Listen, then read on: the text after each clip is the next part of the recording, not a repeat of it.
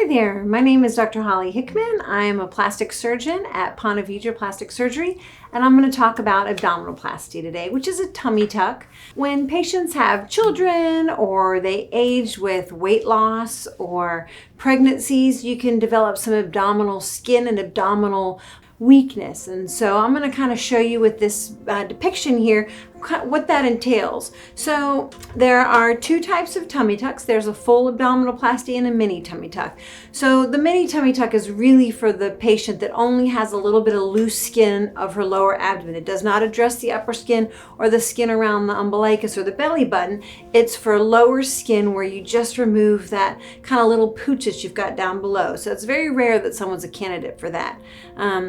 Then a full abdominoplasty, let me take you to the picture here. So a full abdominoplasty is an incision from hip to hip, an incision around the belly button. So what happens is we make this incision, dissect all the way up the underneath the skin until we can identify the rectus muscles. When you get to the belly button, a lot of people say, I'll get a new belly button. It's your same belly button. It's just I'll make an incision around that, leave your belly button down below, and then pull the skin up so there's a little hole in the skin.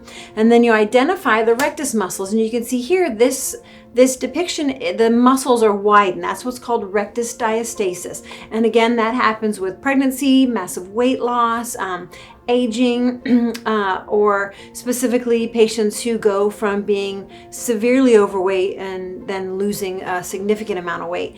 So once we've elevated the skin and we've identified this rectus diastasis, you can see the widening of the muscles here. You can also see too that her waist is very straight and she doesn't have much of a hip here. So when you sew this diastasis back together, you can see here where it's been re-approximated. You can see how she now has a better defined waistline, which is one of the perks of this. It kind of corsets the muscles in. And then we pull all of this down. When that's done, we make the incision here. All of this goes off and into the trash, and then I make a little hole so I can pop the belly button back through. And then on your finished product, hip to hip incision, and then a small little incision around the umbilicus, and that's the abdominoplasty.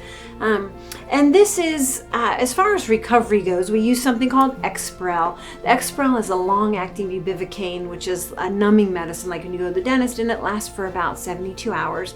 We put that in there. The first week I ask my patients to walk bent over because I'll tighten you so tight that you actually won't be able to stand up.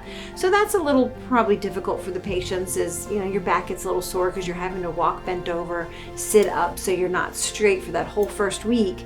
And then I ask that you don't do any heavy lifting greater than 10 pounds, and there's no exercising for that first 2 weeks. Once you get to your second week, so day 15, then I let you bounce up to a 20-pound weight restriction, and then you can start doing light exercise, just no core exercise.